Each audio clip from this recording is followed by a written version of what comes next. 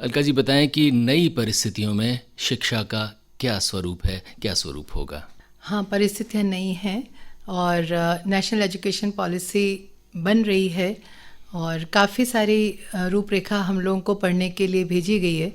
और जितना भी मैंने इसको पढ़ा है, समझा है, तो कई बार तो बहुत एक्साइटमेंट हो रहा है, लग रहा है कि अच्छे दिन आ गए हैं, क्योंकि शिक्षा किसी भी देश की रीढ़ की हड्डी है और वो टोटल दारोमदार विकास का जो है बच्चों की शिक्षा पे रहता है।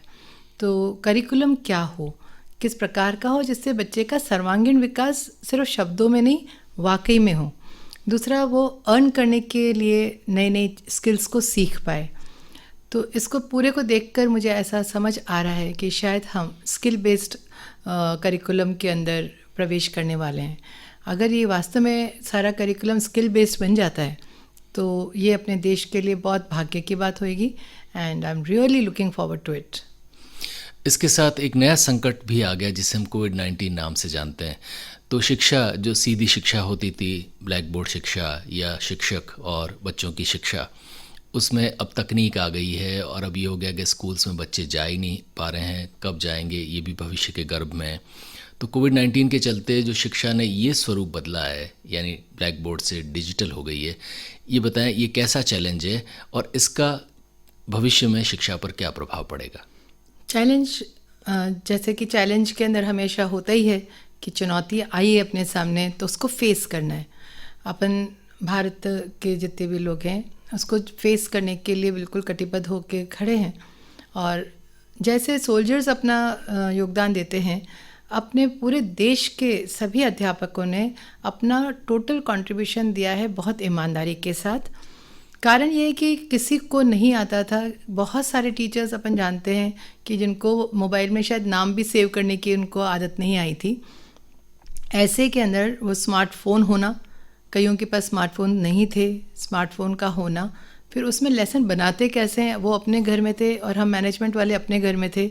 हमने कई सारे फ़ोन किए, उनको वीडियो भेजे, आपको ऐसे ऐसे काम करना है, लेसन ऐसे करना है, PDF फाइल ऐसे बनानी है। तो वो सारा चीज़ के लिए हमने ट्रेनिंग वीडियोस बनाए, भेजे। ऐसे पूरे भारत में हुआ है, सिर्फ हमारे स्कूल में हुआ हो ऐसा नहीं। सब अपनी अपनी जगह से अपने अपना मोर्चा को संभाले हुए थे। और जैसे कि अध्यापक का एक मन होता है कि वो अपने बच्चे के लिए पूरी तरह से समर्पित होकर जुट जाता है कि मैं इसके लिए कुछ अच्छा करूं। हर अध्यापक के जीवन का मेन ध्येय होता है कि बच्चे के लिए मैं कुछ अच्छा कर पाऊँ। तब ऐसी सिचुएशन में मैं अच्छा कैसे करूं? तो एक ही तरीका था कि वो डिजिटली ट्रेन हो जाए। और अचानक ये चुनौती को सामना करते करते अपना भारत 10 साल आगे बढ़ चुका है डिजिटली, ऑटोमेटिकली। तो बुरा तो बहुत था, पर अच्छा ये हो गया कि जो टीचर्स शायद 10 साल में भी टेक्निकली जितना साउंड नहीं होते, उतना इन 3 महीनों में सब हो गए हैं, जोश के साथ हुए हैं। उनको वीडियो बनाने आ गए, फाइल्स बनानी आ गई, बच्चों के लिए वाइट बोर्ड कैसे यूज़ करना है। कईयों ने ऐसे ऐसे जुगाड़ लगाए हैं कि वो भी देख के अपना एक आनंद है कि अच्छा ऐसे करके भी हम बच्चों को लेसन भेज सकते हैं। अब वीडियो भेजना ज़्यादा अच्छा है कि हम ऑनलाइन उनको पढ़ाएं। तो कई तरीके अपनाए और माता पिता ने भी पूरा सहयोग दिया। ये जो भी मैं अभी देखती हूँ सोशल मीडिया के ऊपर कि बहुत नेगेटिव बातें आई हुई है। हाँ, ऑफ कोर्स ये फ़ीस का जो एक बीच में एक मुद्दा आ गया, उसकी वजह से थोड़ी स्थिति कड़वाहट में बदल गई। और बहुत सारे टीचर्स ऐसे हैं जो सिंगल हैं, कईयों के घर में बच्चे बीमार हैं।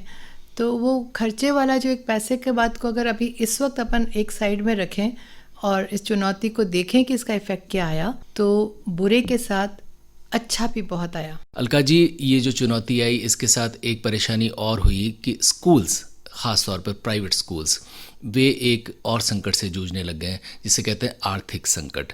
यानी बहुत सारे अभिभावक जो है वो फीस नहीं दे रहे हैं और इसके चलते अध्यापकों को भुगतान करना वो भी स्कूलों के लिए मुश्किल हो रहा है।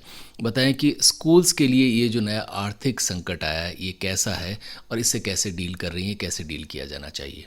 जैसे मैंने बताया कि डिजिटली तो ये जो चुनौती आई थी कोविड की, तो डिजिटली तो हम लोग 10 साल आगे हो गए और टीचर्स का वो फियर हट गया कि कैसे मैं बच्चे के पास ऑनलाइन पहुंचूं। अब तो क्रिएटिविटी स्टार्ट हो चुकी है, बहुत अच्छे अच्छे लेसन्स बना रहे हैं, जोश के साथ बना रहे हैं।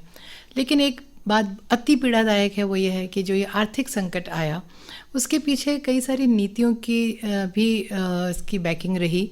अगर थोड़ा सा गवर्नमेंट का सहयोग होता तो पेरेंट्स के अंदर मैंने नहीं पाया था कि पेरेंट्स अपने नेगेटिव होते हैं, क्योंकि उनका तो सबसे कीमती जो बच्चा है उनकी संतान हमारे साथ है।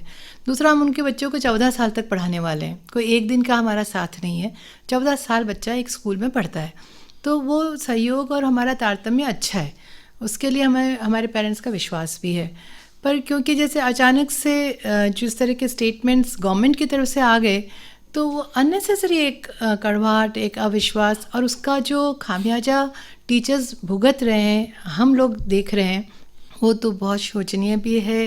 मुझे उसका बहुत दुख भी है और अच्छा भीतर से भी बहुत कसक है इस बात की, क्योंकि ढेरों टीचर्स ऐसे हैं जो सिंगल हैंडेडली अपने बच्चे को बड़ा कर रहे हैं, परवरिश दे रहे हैं। सिंगल में मतलब डिवोर्सी भी हैं, किसी का कुछ प्रॉब्लम है। एक हमारी टीचर है, उनके बच्चे को थैलेसीमिया है, हर 12 दिन बाद उसको ब्लड चढ़ता है। तो ऐसे करके कई कैसे न कैसे वो अपनी जीविका चला रहे थे। ऐसे में अचानक से अगर फ़ीस बंद हो जाती है तो क्योंकि सोसाइटी द्वारा स्कूल रन करवाई जाती है तो प्रॉफिट तो हम वैसे भी बैंक में कहीं नहीं रख सकते, फ़ीस हमेशा वाइट में आती है। अब कौन से स्कूल कैसे क्या कर रहे थे उसकी वजह से सभी स्कूल्स के साथ में एक जैसा ही रवैया हो जाए तो ये पेनफुल है और ये नहीं होना चाहिए, क्योंकि शिक्षक का एक बहुत अच्छी गरिमा है और एक बच्चे के जीवन में शिक्षक का, स्कूल का बहुत बड़ा रोल है। वो जीवन से इसके आप अलग कर ही नहीं सकते। तो उसमें ये जो पेनफुल इंसिडेंट्स आ गए हैं तो मेरे को इसका बहुत दुख है। शिक्षकों की बात करनी ज़रूरी है। शिक्षक इस वक्त ये कह रहे हैं कि उनका जो बोझ है वो तो बढ़ गया है। इस लिहाज से बढ़ गया कि पहले वो जाते थे और पढ़ा कर आ जाते थे, अब वो पाठ्यक्रम को तैयार भी करते हैं और उसके लिए डिजिटली जो भी गेटवे है उसका भुगतान भी करते हैं। समय उतना ही देते हैं, शायद ज़्यादा देना पड़ जाए, और इसके बावजूद स्कूल उनको पूरा पैसा नहीं दे रहे, आधा दे रहे हैं, 3/4 दे रहे हैं या 1/4 दे रहे हैं, जो भी है।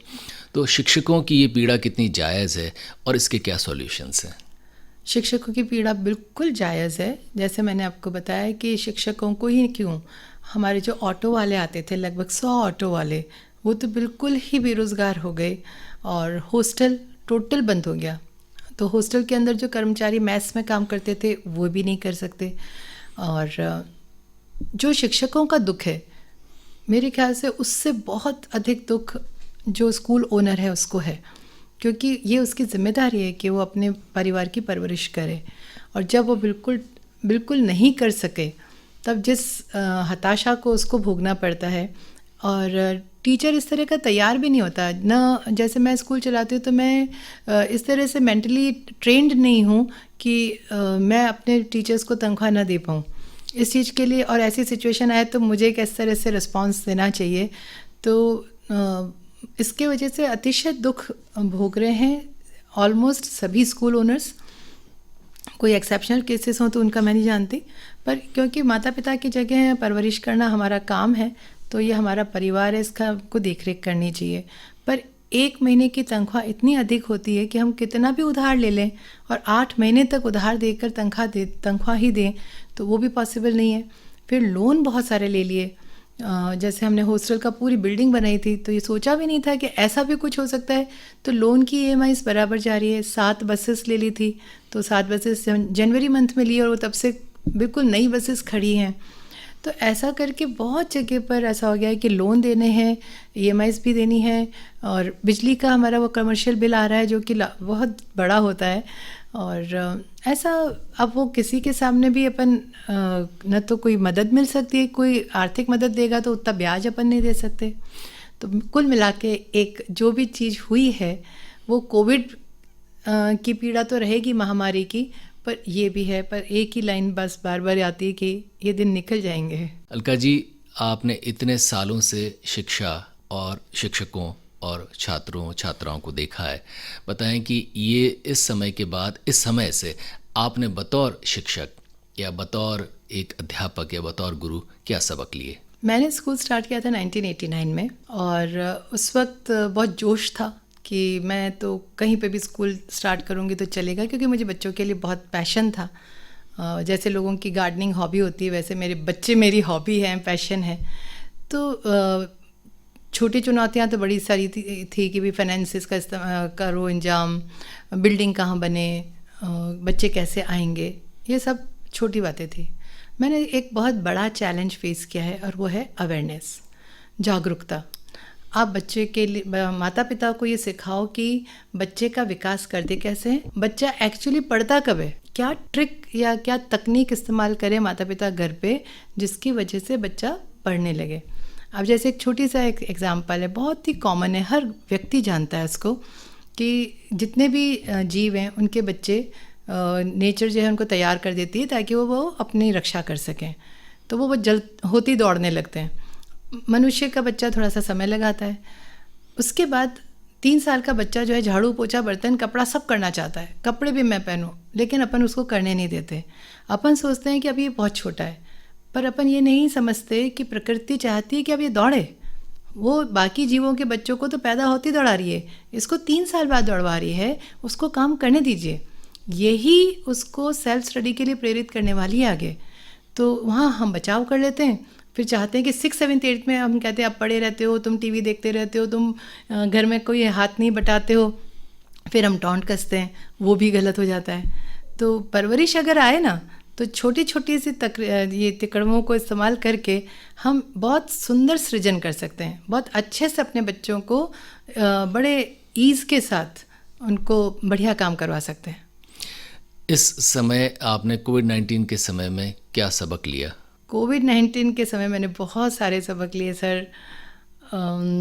पहली बार मेरे को भी घर में इतने दिनों तक रहने को मिला था, तो मुझे लगा था कि मैं घर के अंदर किस तरह से और टाइम मैनेजमेंट करके अच्छे से संभाल पाऊँ। दूसरा, मैंने जब देखा कि इतने सारे लोग हैं जो समाज के अंदर कोविड से डरते भी नहीं हैं, और तो भी 100, 200 का, 1000 लोगों का खाना बनाकर सिर्फ बना ही नहीं रहे, उसको बांटने भी जा रहे हैं, तो बहुत सैल्यूट करने का मन हुआ। ऐसा लगा कि हम तो कुछ है ही नहीं जैसे, तो मदद करें, ज़्यादा मदद करें, ऐसा मेरे को मन में बहुत ज़्यादा हुआ। दूसरा, मुझे लगा कि मैं खुद भी सब्जियां लगाऊंगी और छोटी सी जगह में कैसे बो सकते हैं।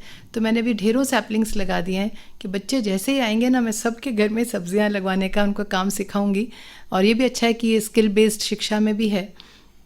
तो हमें अपना खुद का फूड का प्रोडक्शन करना आए, जो हम खाते हैं उनको कैसे अपन खुद ही प्रोड्यूस करें।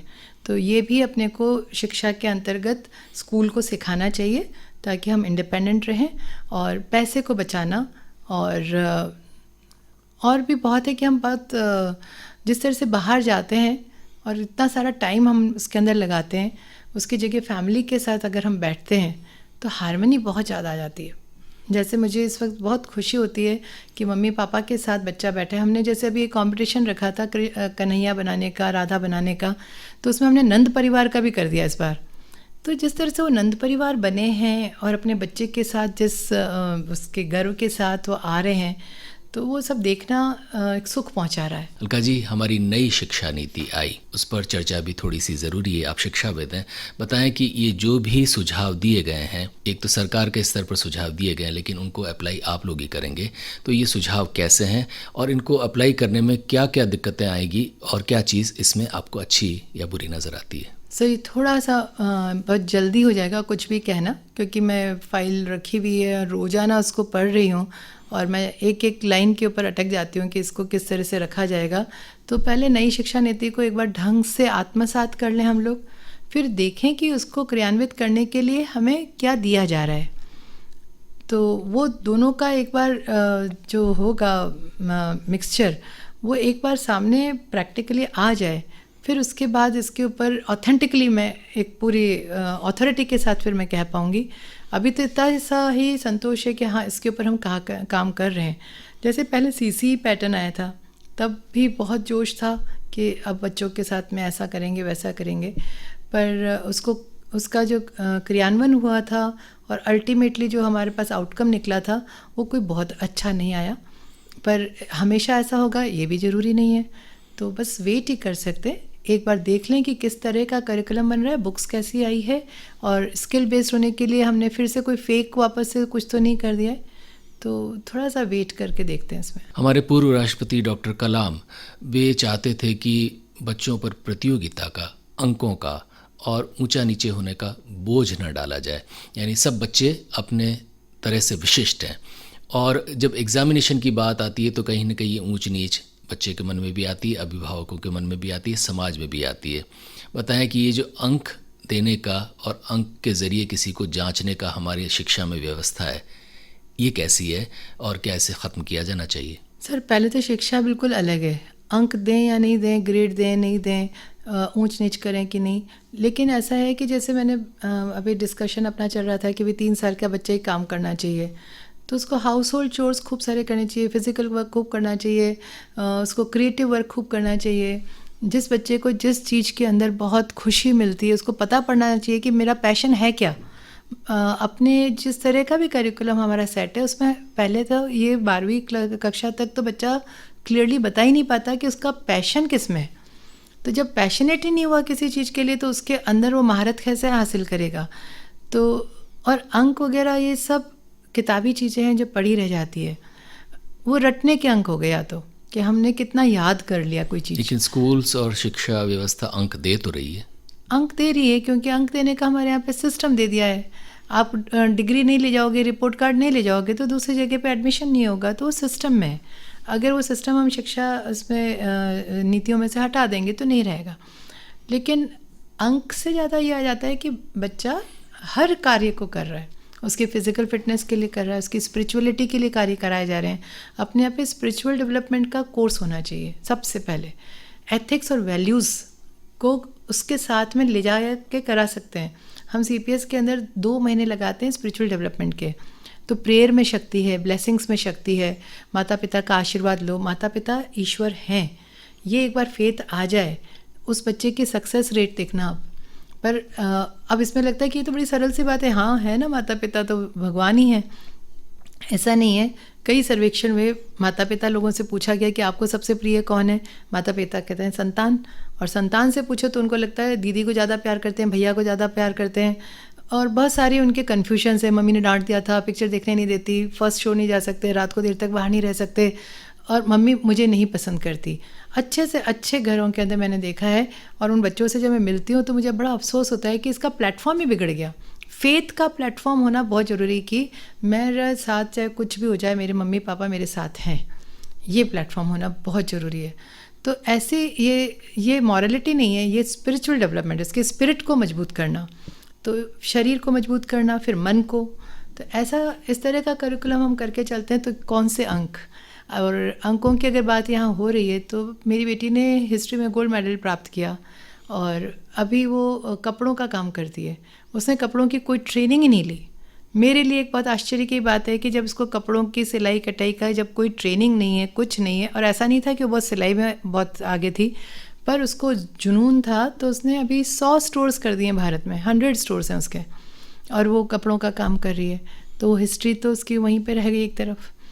ऐसे बहुत सारे लोग हैं जिन्होंने पढ़ाई कुछ करी थी और काम किसी काम में, दूसरे काम में बहुत सक्सेसफुल हुए हैं, खूब पैसा कमाए। मैं हूँ तो हमारे घर में सब सरकारी नौकरी में थे।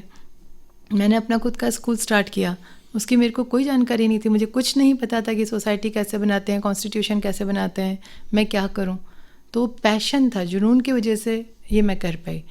तो मेरे ख्याल से अंक से ज़्यादा जुनून है। वैसे तो हम सब ताउम्र विद्यार्थी रहते हैं, लेकिन वे विद्यार्थी जो इस वक्त स्कूल और कॉलेज में हैं, उन्हें क्या संदेश देंगी? जो बच्चे स्कूल और कॉलेज में पढ़ रहे हैं अभी इन दिनों, उनके लिए तो बहुत सारे संदेश हैं कि आप कभी भी अंकों से या किसी भी बात से कभी निराश मत हो। आप में वह एनर्जी है जो कि समंदर की ऊंची से ऊंची लहर से ज़्यादा पावरफुल है।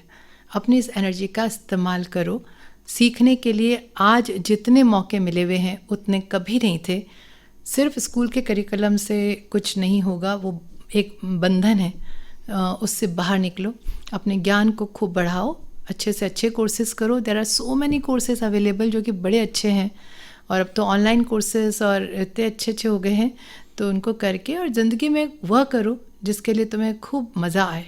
उसके अंदर तुम बहुत अच्छे से सक्सेसफुल होगे।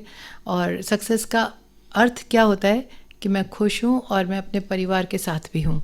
तो ऐसा समझ के किसी से कॉम्पीट मत करो, क्योंकि एक क्लास के अंदर 200 बच्चे होते हैं, कई सेक्शंस होते हैं ना, तो वो वापस एलुमनाई मीट में मिलेंगे तो सबकी तनख्वाह अलग होगी, सबकी गाड़ियों के कितनी संख्या है गाड़ियों की अलग होगी, पर सुखी सबसे ज़्यादा वो है जिसको सुख फील हो रहा है और जो अंदर से कंटेंट है, तो वो समझ कर फिर जीवन यात्रा शुरू करें। अलका शर्मा जी, आपका हृदय से आभार।